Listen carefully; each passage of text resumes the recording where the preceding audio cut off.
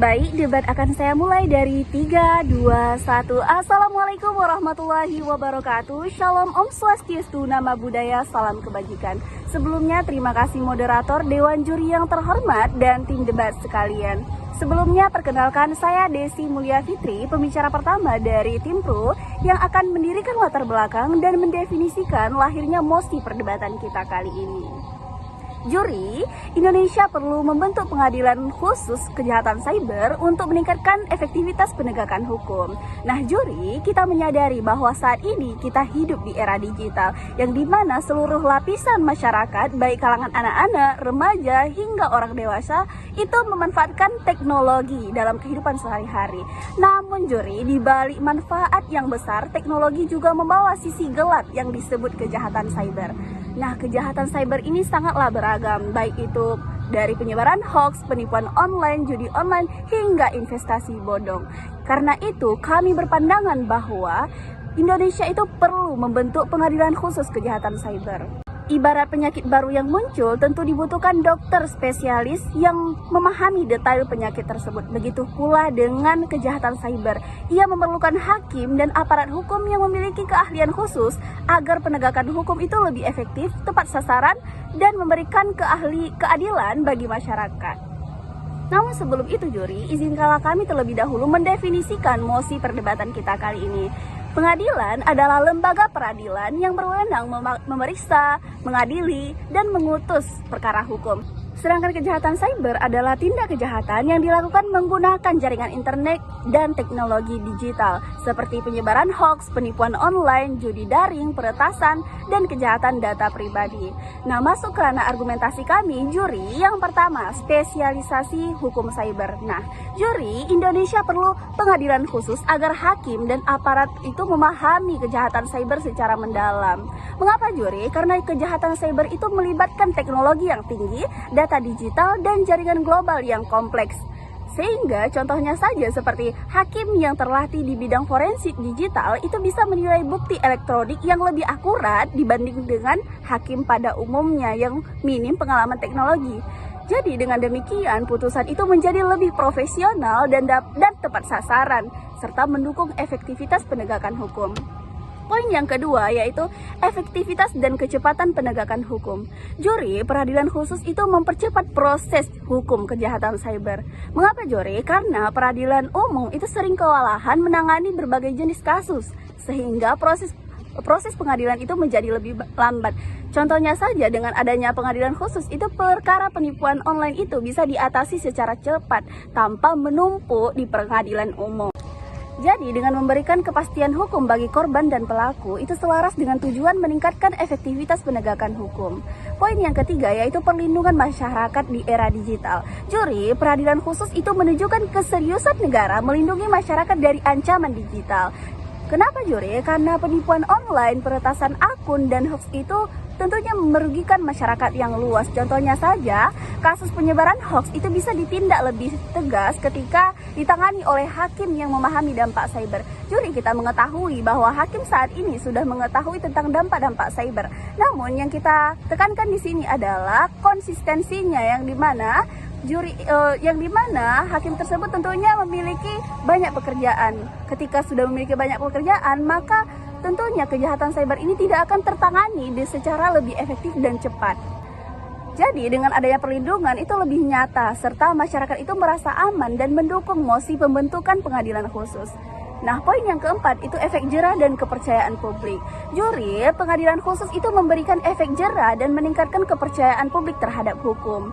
Mengapa juri? Karena hukum yang tegas dan konsisten itu akan membuat pelaku takut untuk mengulangi kejahatan cyber. Debat dimulai dari hitungan 3, 2, 1. Hadirin dan Dewan Juri yang terhormat, serta rekan saya dari tim Pro. Perkenalkan, saya Widya Putri sebagai pembicara kedua dari tim kontra menolak mosi perdebatan kita kali ini, yaitu Indonesia perlu membentuk pengadilan khusus kejahatan cyber untuk meningkatkan efektivitas penegakan hukum.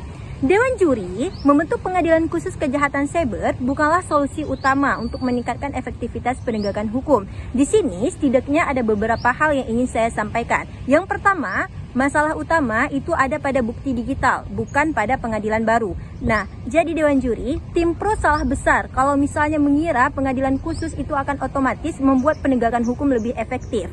Kenyataannya Dewan Juri, tantangan terbesar itu bukan di mana kasus disidangkan, melainkan bagaimana bukti digital bisa dikumpulkan dan diamankan dan dibuktikan di muka pengadilan. Nah, tanpa bukti yang kuat sekalipun, kasus pasti akan gagal meski kita punya pengadilan khusus sekalipun.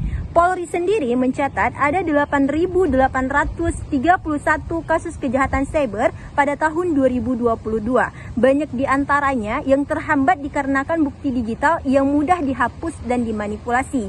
Nah, jadi apa Dewan Juri? Solusinya adalah kita harus meningkatkan kemampuan forensik digital aparat penegak hukum, bukan dengan membangun pengadilan baru yang sama sekali tidak menyentuh akar permasalahan. Yang kedua Dewan Juri, regulasi sudah ada. UU ITE itu sudah mengatur jelas soal cyber.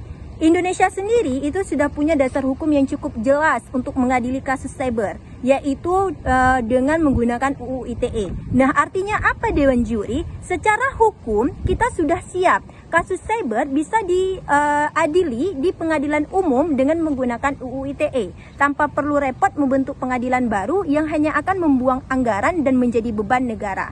Nah, jadi yang kita butuhkan saat ini Dewan Juri hanyalah konsistensi penegakan hukum, bukan lembaga tambahan. UU ITE pada pasal 27 sampai dengan 35 sudah mengatur berbagai bentuk kejahatan cyber, mulai dari pencemaran nama baik, akses ilegal, hoax, manipulasi elektronik. Nah, dan faktanya Dewan Juri, banyak pelaku cyber yang sudah dijerat dengan UU ITE. Contohnya, kasus judi online terbesar yang terjadi di Jakarta pada tahun 2024, yang mana kasus tersebut itu diproses menggunakan UU ITE di pengadilan umum. Jadi kalau misalnya tim pro mengatakan bahwasanya butuh pengadilan baru, itu jelas-jelas hanya akan membuang waktu dan juga anggaran yang besar. Sedangkan kasus cyber itu meningkat setiap harinya. Dan tentunya apa? Tentunya kasus-kasus tersebut akan terbengkalai. Karena apa? Karena kita harus menunggu pengadilan baru itu siap. Sedangkan sejatinya hukum dan mekanisme yang sudah ada di pengadilan negeri itu sudah sangat lengkap. Yang ketiga Dewan Juri, lembaga penegakan hukum sudah ada, tinggal diperkuat. Indonesia sendiri Dewan Juri itu sudah memiliki lembaga khusus yang menangani kasus cyber seperti BSSN, kemudian Direktorat Cyber Polri dan juga Kominfo. Nah, kalau misalnya Dewan Juri, aparat ini diperkuat dengan anggaran, teknologi, pelatihan, dan efektivitas penegakan hukum, maka otomatis hukum akan lebih meningkat tanpa harus dengan menambah birokrasi atau menambah pengadilan baru. Nah, BSSN sendiri Dewan Juri itu mencatat ada 403 juta serangan cyber pada tahun 2023. Kominfo sendiri ya sudah memblokir sebanyak 1,6 juta situs judi online pada tahun 2024. Yang mana Direktorat Polri itu juga sudah berhasil mengungkapkan jaringan kejahatan pinjol ilegal yang mana dia itu sudah merugikan masyarakat sebanyak 3,8 triliun. Nah, jadi Dewan Juri, semua kasus tersebut sudah terbukti bahwasanya bisa ditangani dengan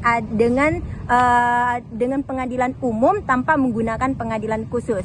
Maka oleh karena itu Dewan Juri perlu kita melakukan ataupun perlu kita memperkuat lembaga atau aparat yang sudah ada. Pengadilan khusus itu hanya akan menambah birokrasi, bukan memperkuat hukum. Yang keempat Dewan Juri, cyber itu dia bersifat lintas negara. Pengadilan pro ataupun pengadilan khusus yang ada di Indonesia itu hanya bersifat lokal.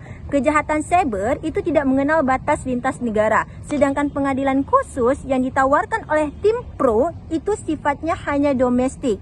Jadi kalau misalnya nih pelakunya ada di luar negeri, pengadilan khusus Indonesia tidak punya kewenangan untuk menjemput paksa kasus tersebut. Tetapi jadi hal yang perlu kita butuhkan saat ini itu adalah kerjasama internasional, yang mana Interpol sendiri pada tahun 2024 melaporkan bahwasanya Indonesia itu termasuk ke dalam negara dengan peningkatan cyber yang peningkatan kasus cyber di bagian ransomware-nya itu yang paling tertinggi di Asia Tenggara, dan hampir semuanya itu dilakukan di jaringan lintas negara. Di Dewan Juri, Kompas pada tahun 2024 juga memberikan juga memberitakan bahwasanya kasus penipuan investasi online di Bekasi yang dikendalikan langsung dari luar negeri. Jadi kita itu tidak punya yang namanya pengadilan khusus yang akan menangani itu karena dia itu bersifat lintas negara. Jadi jelas bahwasanya pengadilan khusus itu tidak menjawab sifat lintas negara sedikit pun. Yang kita perlukan untuk menjawab semua itu adalah kerjasama internasional dan penguatan hukum yang bisa efektif menangani kasus-kasus yang terjadi tersebut. Hadirin sekalian, mari kita belajar. Daripada kita membuang energi dan anggaran untuk membentuk pengadilan baru yang justru tumpang tindih dengan pengadilan umum, lebih baik kita itu memperkuat literasi masyarakat. Ajarkan bagaimana cara mengenali penipuan, lindungi data pribadi, dan biasakan verifikasi data sebelum mempercayai suatu situs ataupun suatu website. Nah, hal-hal tersebut itu lebih efektif daripada kita itu harus hal-hal tersebut itu lebih efektif mencegah korban daripada kita itu harus menunggu kasus-kasus itu menumpuk di meja hijau. Ingat ya, hukum yang hebat itu bukanlah hukum yang sibuk membangun gedung pengadilan baru, tetapi hukum yang hebat adalah hukum yang mampu membuat rakyatnya itu cerdas, waspada, dan terlindungi sejak awal. Dan karena itu, saya, pembicara kedua dari tim kontra, menolak mosi perdebatan kita kali ini, yaitu Indonesia perlu membentuk pengadilan khusus kejahatan cyber untuk meningkatkan efektivitas penegakan hukum. Debat akan dimulai dalam hitungan 3, 2, 1. Dewan juri yang terhormat, mari kita lihat sejauh mana perdebatan kita pada hari ini telah berlangsung. Juri, di Indonesia pada saat sekarang ini kita perlu membentuk sebuah pengadilan khusus dalam menangani kejahatan cyber kriminal. Karena mengapa Dewan Juri? Karena kita bisa melihat di negara kita di Indonesia pada sekarang ini efektivitas penegakan hukum masih minim dilakukan. Dan kita bisa melihat di kehidupan sehari-hari banyak para remaja dan anak-anak menggunakan smartphone ataupun gadget dalam menghidupi kehidupan mereka sehari-hari, baik itu untuk berinteraksi dengan teman-temannya dan kalangan lainnya. Dewan Juri ini bisa saja digunakan oleh para pelaku tindak kejahatan cyber kriminal menggunakan kesempatan ini dalam mereka melancarkan sebuah aksinya. Artinya apa Dewan Juri? Artinya di Indonesia pada sekarang ini juga banyak anak-anak dan para remaja yang dihuni oleh Gen Z, yang dimana Gen Z sebagiannya minim akan sebuah literasi. Dan para kejahatan yang dilakukan oleh para pelaku cyber kriminal mengirimkan sebuah berita hoax yang nantinya tidak difilterisasi oleh para anak-anak dan para remaja.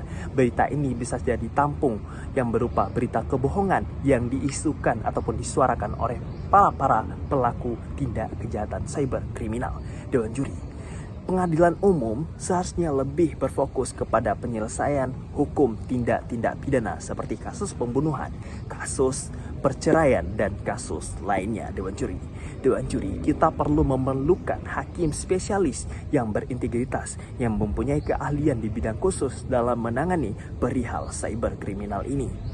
Dewan Juri, bayangkan saja di Indonesia pada tahun 2022 tercatat sebanyak 8.831 kasus yang terjadi di Indonesia yang berbentuk kasus cyber kriminal. Artinya apa Dewan Juri? Artinya tiap tahun ke tahun terjadi sebuah pelonjakan kasus di Indonesia. Jika ini tidak segera diatasi oleh pemerintah, maka masyarakat tidak menerima sebuah ketepatan hukum yang cepat dan tepat. Kita tahu di Indonesia sekarang ini juga Dewan Juri bahwasanya hukum itu lebih tajam ke bawah dan lebih tumpul ke atas Dewan Juri.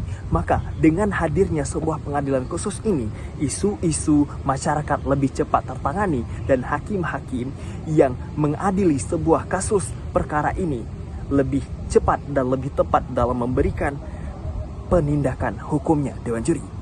Dewan Juri, kita bisa melihat kepada sisi kontra yang telah disampaikan oleh rekan saya tadi, yang dimana masalah utamanya itu ada pada bukti sosial. Bukti sosial ini apa Dewan Juri? Bukti sosial ini bisa saja berupa pesan yang diberikan oleh pelaku tindak kejahatan cyber kriminal, bisa saja berupa screenshot yang dilancarkan oleh para pelaku tindak kejahatan ini. Dewan Juri, pengadilan khusus ini tidak membuat penegakan hukum ini akan lebih efektif. Bukti digital lebih cepat dihapus oleh para pelaku tindak kejahatan cyber kriminal. Bisa saja bukti ini dimodifikasi oleh para pelaku Dewan Juri. Dewan Juri, kejahatan terbesar itu seharusnya ada pada bukti digital yang dilakukan oleh para pelaku ataupun oknum tindak kejahatan kriminal, bukan pada di mana perkara ini disidangkan Dewan Juri. Bukti digital seharusnya bisa saja dikumpulkan dan diamankan dan dibuktikan di pengadilan umum saja tanpa adanya sebuah bukti yang kuat.